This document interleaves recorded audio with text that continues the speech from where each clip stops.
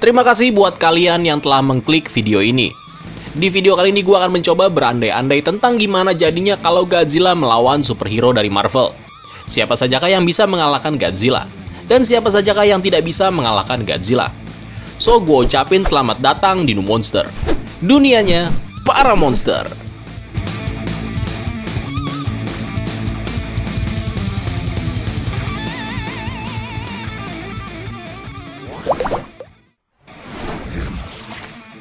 Godzilla adalah monster yang menghasilkan radiasi nuklir, yang telah mengancam kota Tokyo dalam berbagai inkarnasi selama lebih dari 50 tahun. Monster yang digambarkan sebagai perwujudan dari bahaya perang atom, dan telah menjadi fenomena di negara asalnya, dan juga di luar negeri. Terlepas dari sifatnya yang menghancurkan ataupun sebagai penyelamat, dia tetap menjadi kaiju terfavorit yang abadi. Godzilla tidak asing dengan buku-buku komik dari barat, tetapi ia jarang menyeberang atau bahkan untuk bergabung dengan pahlawan super Marvel Universe.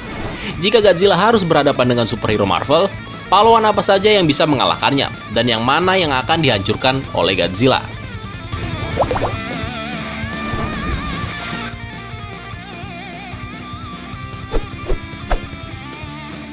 Wolverine adalah salah satu pahlawan super Marvel yang paling populer.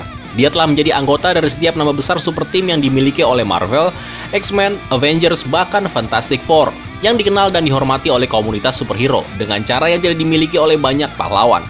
Dia adalah salah satu yang terbaik dari banyak superhero.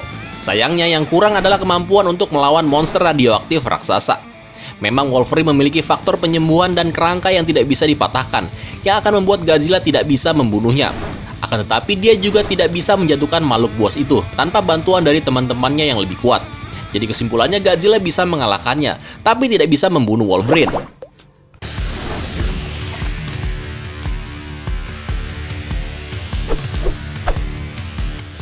Magneto adalah seorang pria yang memiliki pemikiran yang rumit. Diawali sebagai supremasi mutant, dia bertarung melawan X-Men dan terlibat dalam persaingan ideologis dengan teman lamanya yaitu Charles Xavier selama bertahun-tahun. Kemudian dia melunak dan bergabung dengan mantan musuhnya tersebut untuk membantu kaum mutant untuk bertahan hidup. Tetapi dia juga selalu memiliki sentimen anti terhadap manusia. Magneto akan menghancurkan Godzilla, Master Magnet mutant yang memiliki begitu banyak keahlian yang dia bisa gunakan untuk mengalahkan Godzilla. Medan gaya magnetnya akan melindunginya dari apapun yang Godzilla bisa lakukan padanya. Dan dia bisa menggunakan apapun yang terbuat dari logam sebagai senjata melawan binatang buas itu, termasuk darahnya sendiri. Ini akan menjadi pertarungan anti klimaks. Dan menurut gua dengan segala kemampuan yang dimiliki Magneto, ia dapat mengalahkan Godzilla.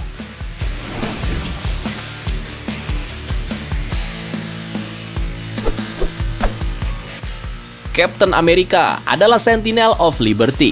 Sebagai seorang veteran Perang Dunia Kedua, Cap adalah seorang yang terlahir sebagai pemimpin dan ahli dalam taktik dan strategi. Dia memimpin para Avengers untuk menang dalam banyak ancaman, baik darat maupun sebaliknya. Dengan serum Super Soldier yang mengalir melalui nadinya, dan perisai yang dapat dipercaya, banyak musuh yang telah dia kalahkan. Namun jika Cap harus melawan Godzilla, tidak ada yang bisa dia lakukan untuk melawan makhluk tersebut. Bahkan gue yakin Godzilla akan membunuh Captain America dengan mudah. Satu-satunya harapan Cap adalah memanggil para Avengers, sebuah tim yang penuh dengan para pahlawan yang bisa mengalahkan Godzilla.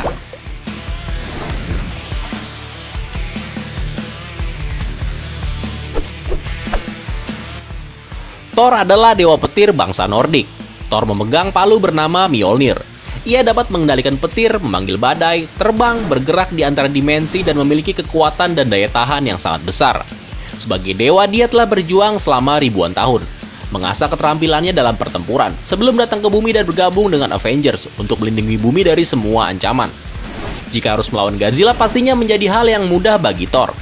Thor adalah seorang pria yang pernah bertarung dengan Frost Giant dan monster besar sebelumnya.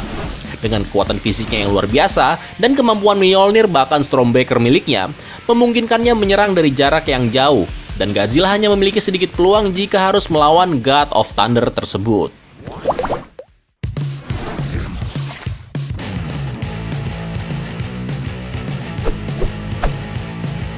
Spider-Man mungkin adalah karakter paling populer dalam sejarah Marvel. Peter Parker digigit laba-laba radioaktif dan menjadi legenda. Dia menggunakan kemampuan laba-laba yang diberikan kepadanya untuk melindungi kota New York dan penghuninya dari kejahatan. Dia telah menjadi anggota Fantastic Four dan The Avengers, dan selalu siap membantu ketika kejahatan besar mengancam. Hanya karena dia selalu siap membantu bukan berarti dia selalu bisa melakukan apa saja. Apalagi jika harus melawan makhluk seukuran Godzilla. Kekuatan Spider-Man tidak akan berguna. Dia tidak bisa menyakiti monster itu secara fisik, dan jaringnya tidak cukup untuk memperlambat Godzilla. Kemampuan Spider Sense-nya bisa memungkinkannya untuk tetap hidup dan menyelamatkan orang-orang dari monster raksasa itu. Dan hanya itu kemungkinan yang dia bisa lakukan.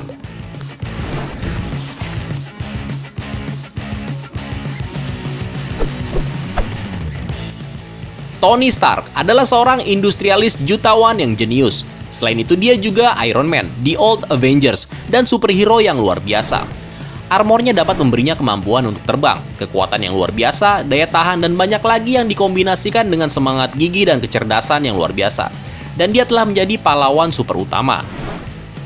Dan jika harus berhadapan dengan King of the Monsters, kemampuan semua armor dari pangkalannya mungkin tidak bisa mengalahkan Godzilla.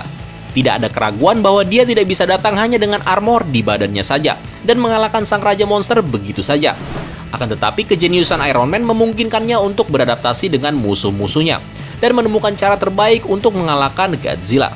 Godzilla adalah monster yang kuat, tetapi pikiran Stark akan dengan mudah bisa menghasilkan tindakan balasan yang akan mengalahkan binatang buas itu.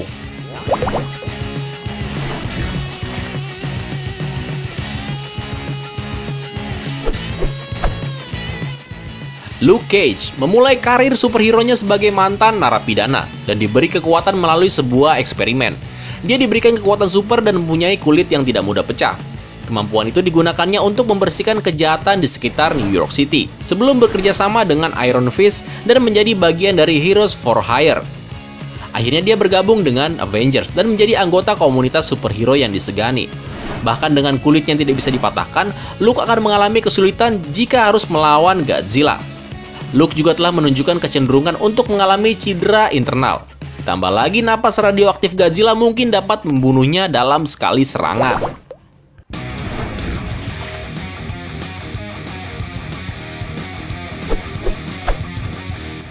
The Sentry adalah salah satu superhero terkuat di Marvel Universe.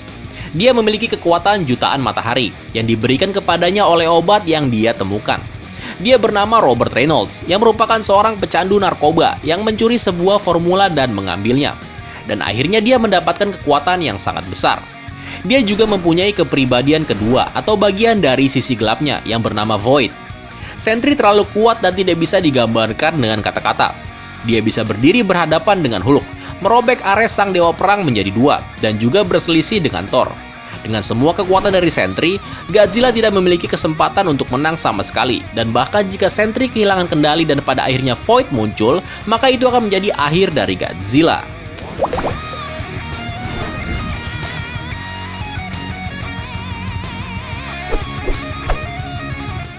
Deadpool telah menjadi perbincangan dalam beberapa dekade terakhir.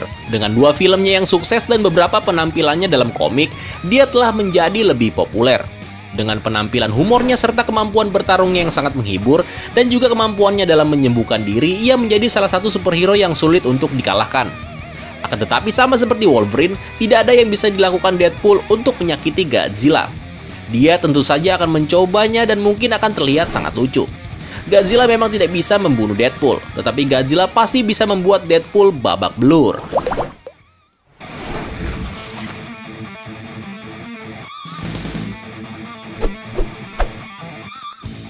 Bruce Banner terperangkap dalam ledakan bom sinar gamma yang diciptakannya dan menjadikannya The Incredible Hulk, monster yang penuh dengan amarah dan sangat kuat. Ia diburu oleh Angkatan Darat Amerika Serikat dan juga pahlawan super di beberapa kesempatan. Tetapi dia juga melakukan banyak hal untuk membantu menyelamatkan dunia selain mengamuk tanpa alasan. Hulk sering menang atas lawannya yang jauh lebih besar darinya karena potensi kekuatannya yang cenderung meningkat. Semakin Hulk menjadi marah, semakin kuat Hulk mendapatkan kekuatannya dan memiliki potensi untuk menjadi tak terbatas. Jika dia berhadapan dengan Godzilla, itu hanya masalah waktu saja sebelum dia dapat menjatuhkan Godzilla. Dan tentu saja pertempuran mereka akan menghasilkan kerusakan yang sangat dahsyat.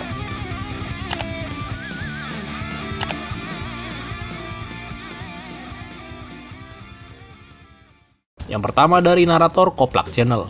Bang, kemungkinan film Godzilla setelah Godzilla vs Kong bakal ada kaiju baru. Menurut peta persebaran kaiju, ada kemungkinan kaiju baru bakal nongol di Rusia dan di sekitar benua Asia. Kalau Godzilla vs Kong adalah film terakhir, maka perusahaan tersebut akan merugi. Iya bro, bakal ada kaiju baru. Kayaknya sih bakal banyak yang akan muncul deh. Kalau ngomongin ngerugi, ya pasti rugi dong, pastinya. Selanjutnya dari WC Karaten.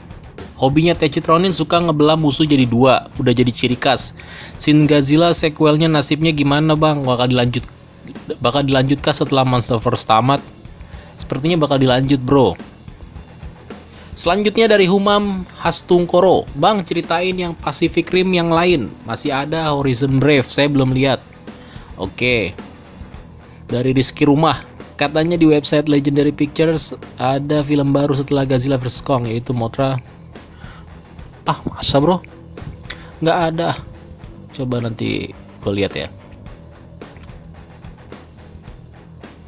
Terus dari Zaki Zakaria, kira-kira Godzilla dan Kong seberapa tinggi ya kira-kira bisa menyaingi tinggi pendahulunya Godzilla Legendary? Ya kayaknya sih nggak jauh beda bro. Shin Godzilla lalu digantikan Godzilla King of the Monsters. Apakah beneran menyaingi Godzilla King of the Monsters karena nama mereka bertambah menjadi mega? Ya pokoknya tingginya kayaknya nggak jauh-jauh beda bro sama yang Godzilla King of the Monsters. Terus dari Jahil Malu Yonel, bang bahas mengenai King Kong dalam film King Kong vs Godzilla tahun 1962. Soalnya nggak seru kalau nggak dibahas sama nu monster. Oke, ya nanti gue bikinin ini kok alur cerita filmnya masing-masing. Jadi sabar aja ya. Terus dari Malendra Suhendar, apa jadinya kalau Godzilla vs Ultraman? Seru dong. Terus dari Amang Bris, bang request tentang Jaeger Romeo Blue dong, soalnya cuma sekilas diperlihatkan di film. Oke. Nanti deh gue bahas. Sebenarnya gue nggak mau bahas Jaegernya bro, karena channel ini khusus tentang pembahasan tentang kaiju, monster dan sebagainya. Tapi kalau request dari kalian banyak, mungkin bakal gue kasih pengecualian khusus deh. Ntar gue pikirin lagi bro ya. Terus dari Raihan Zaki Akbar, bang kayaknya Kiryu bakal muncul di film Godzilla deh. Kan pas film Godzilla 2014 ada tulang Dagon yang dikasih telur sama Muto Prime. Kan kalau Godzilla zaman dulu Kiryu dari tulangnya Dagon. Tapi kira-kira Kiryunya bisa diambil alih sama Dagon nggak? Oh kayaknya nggak kayak gitu bro. Karena versinya Legendary dan versi Toho pasti ceritanya jauh berbeda. Gak mungkin sama, hanya karakternya aja yang berbeda. Hanya karakternya aja yang sama, pasti ceritanya berbeda. Apalagi ya, siapa lagi nih? Dari Hardi Hidayat, bang siapa yang menang? Gypsy Danger atau Mecha Godzilla? Gypsy Danger dong. Terus dari The Build Creation, bang bikin video monster paling kuat di seluruh film Godzilla. Oke. Terus dari Ahmad Ismail, bang gimana menurutmu kalau Anguirus muncul di Monsterverse? Bagus, pastinya bagus dong. Tapi kayaknya nggak semua monsternya diambil bro. Monster-monster Toho kayaknya nggak di semuanya diambil sama pihak Legendary. Tapi kalau Anguirus muncul sih bagus kayaknya. Dari Ari Gaming, bang kok kemarin saya cari full video di YouTube nggak dapet ya film Godzilla King of the Monster? Yang nggak dapet bro, pasti kena copyright. Kalau mau lihat cari aja di ini, kamu searching aja di Google, pasti ada kok. Kalau di YouTube udah pasti nggak ada. So terima kasih telah menonton video ini. Jika kalian ada tambahan atau apapun, silahkan tulis di kolom komentar. Dan sampai jumpa di video selanjutnya. Bye bye.